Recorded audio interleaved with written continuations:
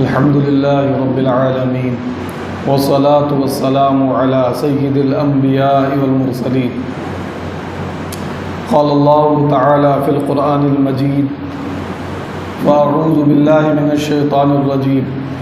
بسم الله الرحمن الرحيم. إن عدة الشهور عند الله 12 شهرا في كتاب الله يوم خلق السماوات والأرض منها 4 حرم. صدق الله العظيم. وقال النبي صلى الله عليه وسلم: أفضل الصيام بعد رمضان شهر الله المحرم، أو كما قال عليه الصلاة والسلام. شہید کا جو خون ہے، شہید کا جو خون ہے قوم کی زکوٰۃ ہے. شہید کا جو خون ہے قوم کی زکوٰۃ ہے. شہید کی جو موت ہے قوم کی حیات ہے. میرے محترم بزرگوں اور نوجوان دوستوں، اللہ تعالیٰ قرآن پاک کے اندر ارشاد فرماتا ہے کہ ہم نے 12 مہینے بنائے. ان عدت الشہور عند اللہ 12. اللہ نے 12 مہینے بنائے ہیں. اللہ کے نزدیک یہ 12 مہینے اس دن سے ہیں جس دن اللہ رب العزت نے خلق السماوات والارض، آسمان و زمین کو پیدا کیا تھا.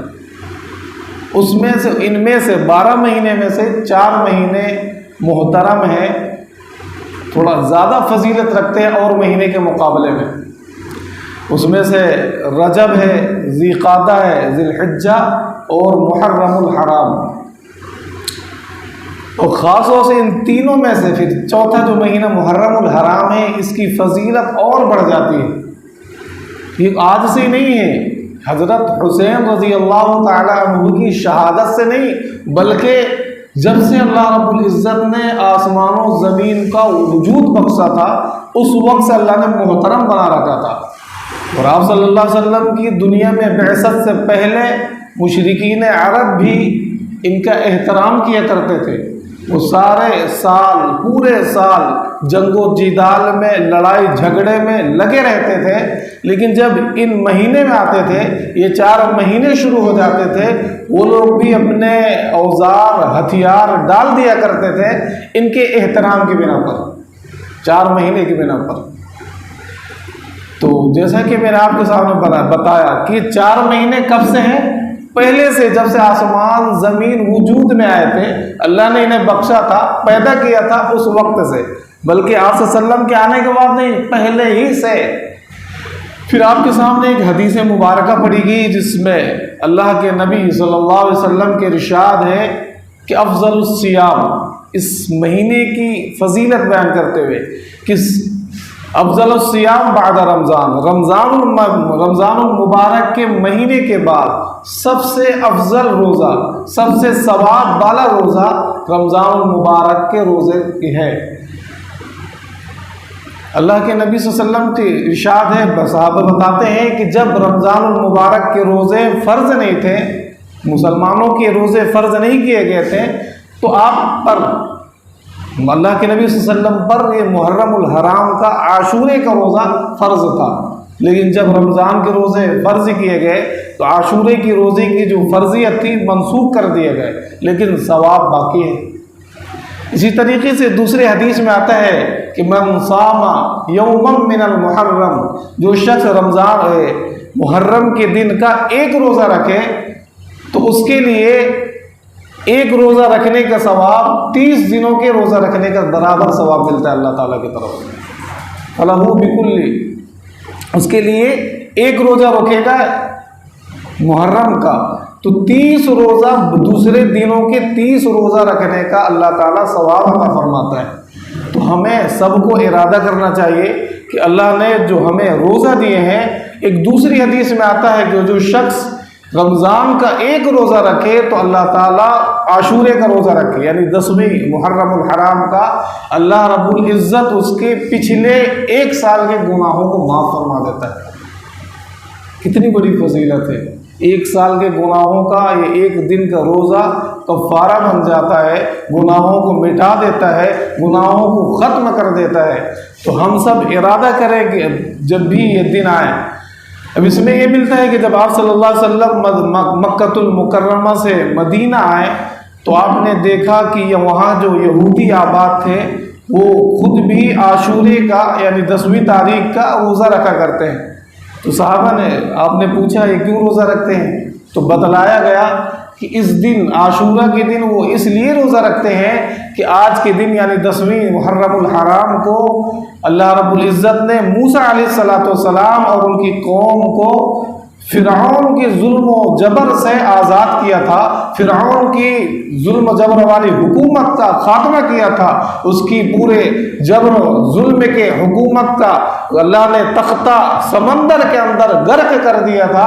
اس کے شکرانے میں یہودی جو ہے روزہ رکھتے ہیں. تو آپ صلی اللہ علیہ وسلم نے ارشاد فرمایا کہ اگر میں آئندہ سال اس دنیا میں رہا، حیات رہا، تو میں 10 کے ساتھ یا تو 9 تاریخ کا روزہ ملاؤں گا، میں آپ کو بھی حکم دیتا ہوں، یا تو پھر 10 کے ساتھ 11ویں تاریخ کا تم لوگ روزہ ملا لینا. کیوں؟ کیونکہ ہم جو ہے یہودیوں کی کسی اور قوم کی مشابہت، ان کے جیسا کام نہیں کر سکتے. ایک غور کرنے کا مقام ہے عزیزو کہ اللہ کے نبی صلی اللہ علیہ وسلم کی ایک بات پر غور کریں. روزہ رکھنا معمولی بات ہے، دین کا کام ہے، بہت اونچا کام ہے. بندے اور اللہ ہی جانتا ہے یہ اخلاص. روزہ میں ایسی چیز ہے کہ آدمی چاہے تو پانی پی لے، کھانا کھا لے، کوئی نہیں جان سکتا. منہ پہنچ کے پانی پی کے اندر سے باہر آ جائے، ہر کوئی روزے دار سمجھے گا. لیکن رب کا ڈر ہوتا ہے، وہ کلی بھی کرتا ہے، حلق میں پانی پہنچتا ہے، گلا سوکھا ہوتا ہے، لیکن وہ پینا چاہے تو پی لے. لیکن کہ رب دیکھ رہا ہے، میں نے اپنے اللہ کے لیے روزہ رکھا ہے، لیکن وہ نہیں توڑتا. تو اللہ کے نبی صلی اللہ علیہ وسلم نے فرمایا یہ ایک روزہ رکھے ہیں تو ہم 2 رکھیں گے، کیونکہ ان سے ہمیں مشابہت نہیں کر رہا، ان کے خلاف چل رہا ہے. تو دوستو، میرے بھائیوں، عزیزوں، وہ کام جو غلط ہے، بالکل کھلا کھلا غلط ہے، گناہ والے کام ہے، شریعت کے خلاف والے کام ہے. چاہے کپڑے ان کے ہوں، چاہے کھانا کھانے کا طریقہ ان کا ہو، چاہے بالوں کی کٹنگ ان کی ہو، چاہے شادی بیاہوں میں ان کے طریقے ہوں، تو پھر یہ کیسے ہم گوارا کر سکتے ہیں؟ کیسے صحیح ہو سکتا ہے؟ جب ایک نیکی والا کام روزہ جیسی عبادت کو ان سے مشابہت کی بنا پر ایک کی جگہ 2 قرار دیا، تو پھر یہ گناہوں بھری والی زندگی، ہمارے چاہے کاروبار ہو، تجارت ہو، لین دین ہو، گھریلو زندگیاں ہوں، شادی بیاہوں میں ہم کتنی عیاشیاں کرتے ہیں، ظلم و جبر کا معاملات کرتے ہیں، تو یہ کیسے جائز ہو سکتا ہے؟ ہم لوگ کیسے گوارا کر سکتے ہیں؟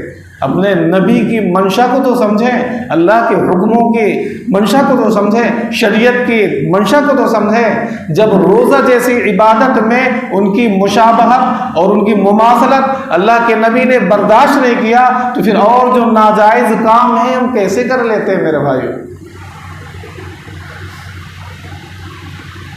آپ جانتے ہوں گے، یہ تو خیر فضیلت ہوگی، ہم سب کو روزہ رکھنا چاہیے.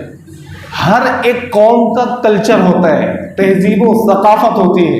ہر ایک شخص اپنا، غیر مسلم ہے، یہودی ہے، نصارہ ہے، ان کا کھانا کھانے کا طریقہ الگ ہے، کپڑا پہننے کا طریقہ الگ ہے. اسی طریقے سے پورا سسٹم ان کا الگ ہے. اب ان کے سال کب سے شروع ہوتے ہیں، کب سے ختم ہوتے ہیں الگ ہے. جنوری سے شروع، دسمبر میں ختم، وغیرہ وغیرہ سب ہے. تو اسلام بھی مکمل دستور حیات ہے. کوئی ایسی جگہ نہیں باقی جو آپ کو نقص نہ جائے، آپ کو سوچنا پڑے کہ میں یہ کام کروں تو کیسے کروں. ہر جگہ حضرت محمد الرسول اللہ صلی اللہ علیہ وسلم نے اس امت کے لیے رہنمائی کر گئے، خالی جگہ نہیں چھوڑ گئے. آپ کو کسی دوسرے کا طریقہ لینے کی ضرورت نہیں ہے، میرے نبی سب کر کے دکھا گئے ہیں. تو یہ بھی تو ہوگا کہ ہمارے سال کے مہینے اور ہمارا سال کی ابتدا کب سے ہوتی ہے، کیسے ہوئی، کیسے ختم ہوا، ہوگا نا؟ ہوگا نہیں ہوگا؟ تو کب سے ہوتا ہے ہمارا سال کا ابتدا؟ محرم الحرام سے. پہلے حضرت عمر رضی اللہ تعالیٰ عنہ کی خلافت سے پہلے ابتدا نہیں تھی، مطلب سن نہیں تھا، سن مزہ ایسے ہی چلتا رہتا تھا. محرم آ گیا، سفر آ گیا، کوئی ابتدا نہیں تھی، انتہا ابتدا، بس چلتا ہے، چل رہا ہے. اب اسلامی حکومت وسیع ہوئی، دور دراز تک اسلامی حکومت پھیل گئی. اب مال آ رہا ہے، کوئی خط بھیج رہے ہیں، تو ٹھیک ہے مہینہ تو ہوتا تھا، ڈیٹ تو ہوتی تھی، لیکن سن کون سا ہے یہ درج نہیں ہوتا تھا. تو بعد نے کہا اب حکومت بڑی ہو چکی ہے، کافی دور تک خلافت وسیع ہو چکی ہے اور نظام حکومت ایسے نہیں چل سکتی ہے، تو ہمیں متعین کرنا ہوگا کہ اسلامی سال کا آغاز کب سے ہوتا ہے۔ لہذا حضرت عمر رضی اللہ تعالیٰ عنہ امیر المؤمنین ہیں، آپ نے تمام صحابہ کرام رضوان اللہ تعالیٰ علیہ مجمعین کو جمع کیا اور مشورہ کیا تو کب سے اسلامی سال کا آغاز کیا جائے۔ تو بعض نے کہا کہ جب آپ صلی اللہ علیہ وسلم کی ولادت ہوئی، آپ اس دنیا میں تشریف لائے، مبعوث ہوئے، اس وقت سے اسلامی سال کا آغاز کیا جائے۔ بعض نے کہا جب آپ صلی اللہ علیہ وسلم اس دنیا سے جا چکے، آپ کی وفات ہوئی، تب سے کیا جائے۔ بعض نے اس طریقے سے الگ الگ رائے دی۔ بعض نے کہا کہ اس وقت سے کیا جائے جس وقت آپ صلی اللہ علیہ وسلم نے اپنے گھر بار عزیز و اقارب کو، وطن کو، مکۃ المکرمہ کو چھوڑ کر مدینہ المنورہ کی طرف ہجرت کی تھی، اس وقت سے کیا جائے۔ تو مشورہ چلتا رہا۔ بعد میں اکثر لوگوں کی رائے اس پر جمی کہ ہم اپنی اسلامی سال کا آغاز ہجرت سے شروع کریں گے، نہ تو ولادت سے نہ وفات سے، بلکہ ہجرت سے کریں گے۔ کیوں؟ صحابہ کرام بڑے دور اندیش تھے، بڑے فہم و فراست والے تھے، ان کی نظریں وہاں تک جا سکتی تھی، گئی ہیں جو دنیا میں کسی کی نظریں نہیں جا سکتی، کیونکہ ان کی پرورش، ان کی تربیت کس کے پاس ہوئی تھی؟ سید الانبیاء، احمد مجتبیٰ، شافع المذنبین، حضرت محمد الرسول اللہ صلی اللہ علیہ وسلم۔ نہ آپ جیسا کوئی آیا ہے نہ آئے گا، انہوں نے ان کی تربیت کی تھی، تو انہوں نے دیکھا تھا کہ ولادت کا ابتدا کبھی یہودیوں نے کیا، کبھی نصرانی نے کیا، کسی قوم نے کیا، تو انہوں نے غلو کر دیا۔ کہیں کسی نے اپنے نبی کو خدا کا بیٹا قرار دیا، کسی نے اللہ کی بیٹیاں قرار دی، کسی نے فرشتوں کو اللہ کا بیٹیاں قرار دیا۔ تو کہیں اگر ہم بھی اسی پر شروع کر دیں تو ہماری قوم کہیں محبت میں غلو نہ کر جائے، اس لیے وہ ولادت نہیں کرا دی۔ اسی طریقے سے کہا کا نام وفات میں کیوں نہیں کیا؟ جس طریقے سے عیسوی چلتی، آپ جنوری فری کرتے، یہ کب حضرت عیسیٰ علیہ السلام سے انہوں نے جس وقت حضرت عیسیٰ علیہ السلام کی وفات ہوئی، ان کے عقیدے کے مطابق، ہمارے عقیدے کے مطابق ان کی وفات نہیں ہوئی، بلکہ اللہ رب العزت نے حضرت عیسیٰ کو زندہ آسمانوں پر اٹھا لیا، اور قیامت سے پہلے دنیا میں تشریف لائیں گے اور مسلمانوں کی رہبری کریں گے حضرت امام مہدی کے ساتھ۔ اور پورے دنیا کے مسلمانوں کو وقت آنے والا ہے جہاں ظلم ہو رہا ہے، انشاءاللہ جب بھی ظلم ہوتا ہے اسلام غالب ہوتا ہے۔ اسلام کی فطرت میں قدرت نے لچک دی، اسلام کی فطرت میں قدرت نے لچک دی ہے۔ اسلام وہ پودا ہے جتنا کہ دباؤ گے اتنا ہی ابھرے گا۔ حالات جتنا سنگین ہوں گے، مسلمان سدھرتا ہے، رب کو یاد کرتا ہے، قرآن کو پڑھتا ہے تو گھبرانا نہیں کبھی۔ حالات آتے رہیں گے، ہم شریعت پہ آ جائیں، دین اسلام پہ آ جائیں، رسول اللہ کی سنتوں کو زندہ کریں، آپ کی شریعت کو اپنا لیں، انشاءاللہ حالات اچھے ہوں گے۔ اللہ آج بھی ہے، اللہ کی مدد اترنے کو تیار ہے۔ تو خیر، آپ نے وفات سے کیوں نہیں کیا؟ کیونکہ حضرت عیسیٰ علیہ السلام کی وفات سے ہوا تو بھی قوم بگڑ گئی، تمام طریقے کی اپنی شریعت سے ہٹ کے غلط طریقوں کو اپنایا۔ تو حضرت عمر رضی اللہ عنہ فیصلہ کیے کہ ہم جو ہے ایک قربانی کے ایام سے ہم اسلام کا آغاز کریں گے۔ آپ دیکھیں گے، پڑھیں گے، غور کریں گے تو بڑا اس وقت جو ہے مسلمان کمزور سمجھ میں آئیں گے، جنہیں اپنے وطن سے نکالا جا رہا ہے، بے گھر کیا جا رہا ہے، انہیں اپنا گھر میں رہنے کی قدرت نہیں ہے، اپنے عزیز و اقارب سے مل نہیں سکتے، جا رہے ہیں سب کچھ چھوڑ کے۔ عجیب سا منظر ہے، اسی کو اپنا اسلام کا اس سال کا آغاز بنا رہے ہیں۔ لیکن آپ حقیقت میں پڑھیں گے جیسے صلح حدیبیہ ہو رہی، ظاہراً مسلمان دب کے صلح کر رہے ہیں، صحابہ کرام کو جوش بھی آ رہا ہے، غصہ بھی آ رہا ہے، کیا رسول اللہ ہم حق پر نہیں ہیں؟ کیا قرآن حق پر نہیں ہے؟ کیا آپ حق پر نہیں ہیں؟ آپ اجازت دیں تو ہم ان کے گردنیں اڑا دیں۔ لیکن نہیں، ظاہراً جو کچھ دکھتا ہے حقیقت میں نہیں ہوتا ہے۔ جب صلح ہوتی ہے، صلح حدیبیہ ہو جاتی ہے، مسلمانوں کا مشرکوں کا آپس میں رابطہ ہو جاتا ہے، جو اس وقت تک جو کئی سالوں کے اندر اسلام لوگ نہیں لائے تھے، جب آپس میں رابطہ ہوا، تعلق بڑھا، آنا جانا ہوا، مسلمانوں کو ماحول دیکھا، مسلمانوں کے اخلاق دیکھے، تو کئی ہزار زیادہ اسلام کے اندر لوگ داخل ہو گئے۔ ان کے اخلاق دیکھ کے، کردار دیکھ کے، ان کی تجارت دیکھ کے کہ تو بھائی یہ خود پیاسے دوسروں کو پانی پلا رہا، خود گھر میں رہنے کی جگہ ایک ہی آدمی کے، لیکن دوسرے کو اپنا بھائی بنا کے رکھ رہا ہے، سب کچھ تو دیکھا، ارے یہ مسلمان ہے، وہ جو اپنے ایک ذرہ سی تھوڑے سے کمی کے لیے گردن اڑا دیا کرتے تھے، خون پیا لگے کرتے تھے، آج وہ بھائی کے لیے خون دینے کے لیے تیار ہے، جو مرنے کو تیار تھا آج جان دینے کے لیے تیار ہے، اسلام قبول کیا۔ تو ہجرت کیا تو اسلام مدینہ المنورہ میں، اس وقت سے آپ جانتے ہیں اسلام جو پھیلتا ہے، اسلامی شریعت آباد ہوتی ہے، دور دراز سے اسلام پھیل جاتا ہے اور اسلام جو ہے پھیلتا چلا جاتا ہے۔ تو اس کو بنایا جائے کہ جب بھی قربانی دی جائے گی، اپنی خواہشات کو مٹایا جائے گا، شریعت کو اپنایا جائے گا، اللہ کے حکموں کو پورا کیا جائے گا، اس وقت تم جو ہے غالب ہوگے، اللہ تعالیٰ عزت پر لے جائے گا، بلندیوں پر لے جائے گا۔ تم ویسے ظاہراً تمہیں لگ رہا ہو ہم دبائے جا رہے ہیں، لیکن حقیقت میں تم اٹھائے جا رہے ہو، اللہ کے حکموں کو پورا کر رہے ہو، تم اس سے اللہ تمہیں ذلیل و رسوا نہیں کرے گا، عزت دے گا۔ سوئی ہوئی قومیں جاگ اٹھی، بیدار مسلمان سوتا ہے، سوئی ہوئی قومیں جاگ اٹھی، بیدار مسلمان سوتا ہے، گہوارہ قلب مومن میں اب جذبہ ایمان سوتا ہے۔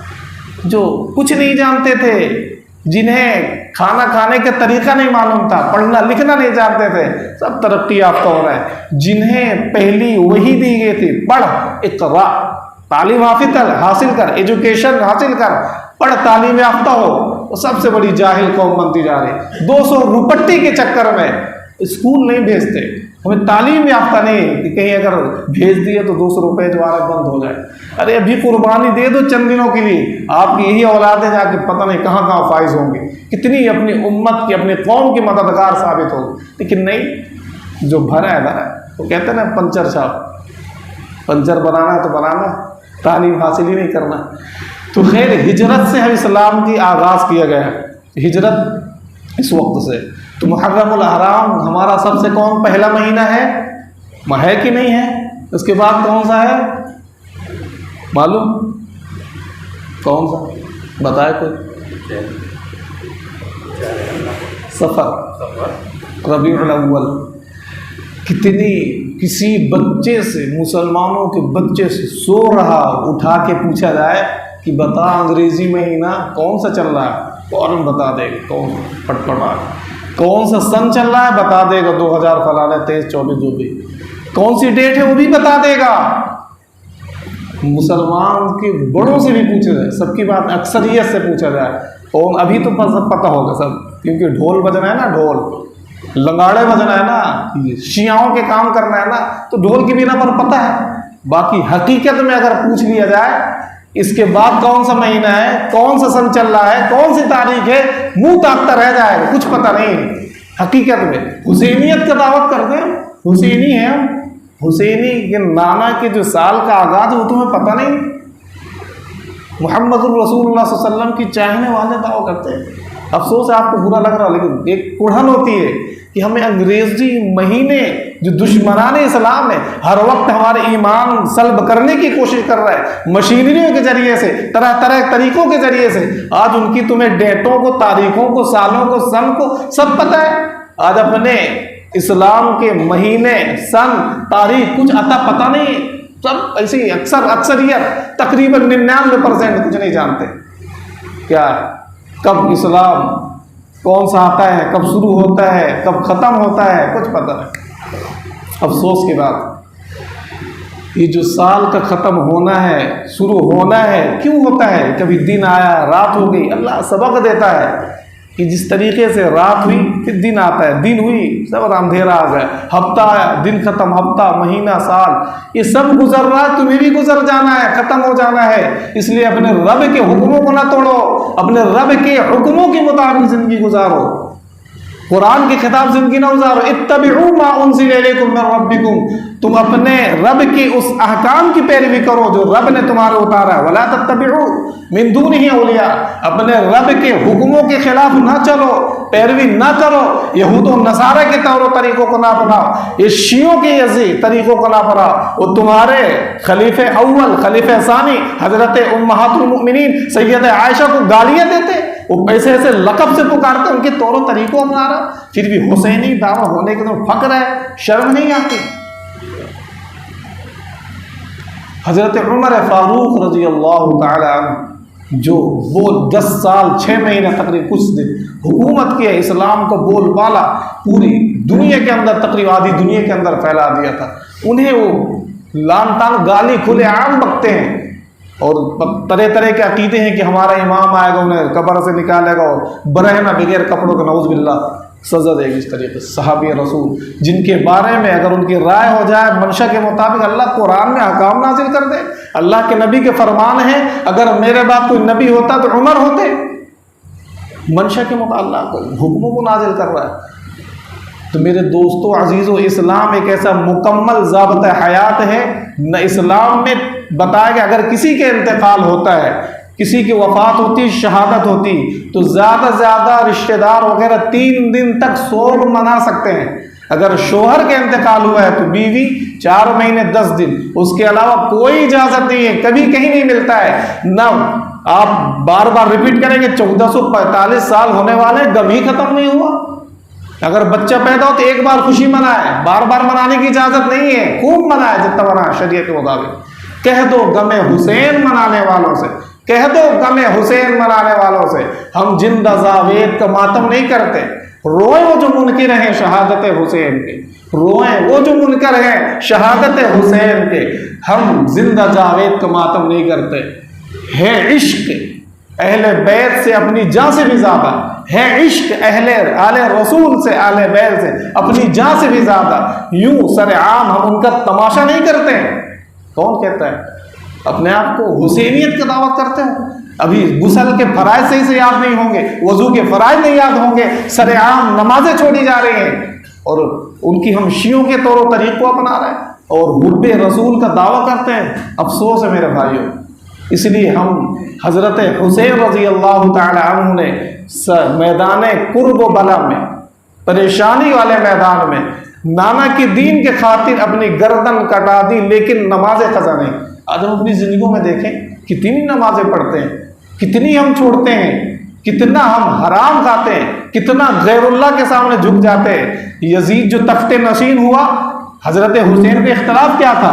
وہ اس لائق نہیں تھا، حدود شریعہ کی خلاف ورزی کرتا تھا، احکام خداوندی کی خلاف ورزی کرتا تھا، اس لیے ڈٹ گئے، پورے خاندان کو ذبح کرا دیا، پورے اہل بیت کو ذبح کرا دیا، لیکن باطل کے آگے ڈٹ گئے، جم گئے، بالکل جھکے نہیں۔ یہ سبق دیا ہے کہ ڈٹ جانا، حق بیان کرنے سے، حق کو کرنے سے کبھی گھبرانا نہیں۔ اتبعوا ما انزل الیکم من ربکم ولا تتبعوا من دونہ، غیر اللہ کی، یہود و نصارہ کی، قرآن کے خلاف جو چیزیں ہیں ان کی پیروی نہ کرنا۔ یہ قرآن شکوہ کرتا ہے قلیلا ما تذکرون، تم بہت کم مانتے ہو، تم بہت کم نصیحت حاصل کرتے ہو۔ بعض لوگ کہتے ہیں اگر یہ کام غلط ہے جو میں کر رہا ہوں، میرے عذاب کیوں نہیں آ جاتا؟ اللہ مجھے زمین میں دھساتا کیوں نہیں ہے؟ اللہ کہتا ہے سن لو، وَكَمْ مِنْ قَرْيَةٍ أَهْلَكْنَاهَا، کتنے ایسے شہر اور بستیاں ہیں جنہیں ہم نے تباہ و برباد کر دیا۔ فَجَاءَ بَعْثُهَا بَيَاتًا، ہمارا عذاب اچانک ان کے پاس آیا، اچانک آیا۔ یہ رات میں سو رہے تھے، یہ دن میں قیلولہ کر رہے تھے۔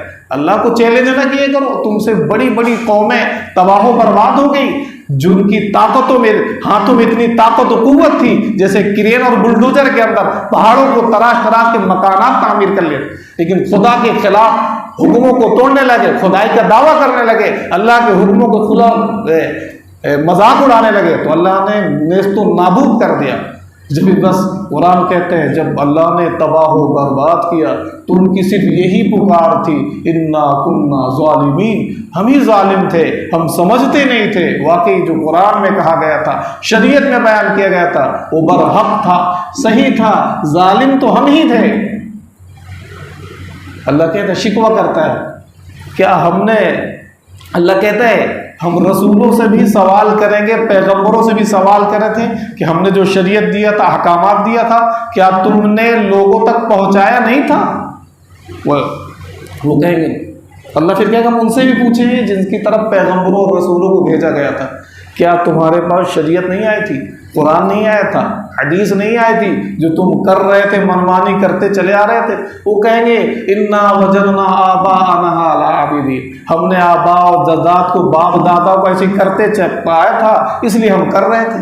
ارے اللہ کہے کہ یہ سب نہیں چلتا، تم دلیل لاؤ، ثبوت لاؤ، قرآن حدیث کی باتیں لاؤ، ابا داداؤں کی بات نہیں چلتی ہیں۔ مشرکین عرب بھی یہی تو کہتے تھے، ہم باپ داداؤں کو کرتے ہوئے چلے پا رہے تو ہم بھی کر رہے ہیں، یہ کوئی بات ہے؟ یہ کبھی کوئی کہتا ہے کہ ہم تعداد دکھانے کے لیے ایسا کر رہے ہیں؟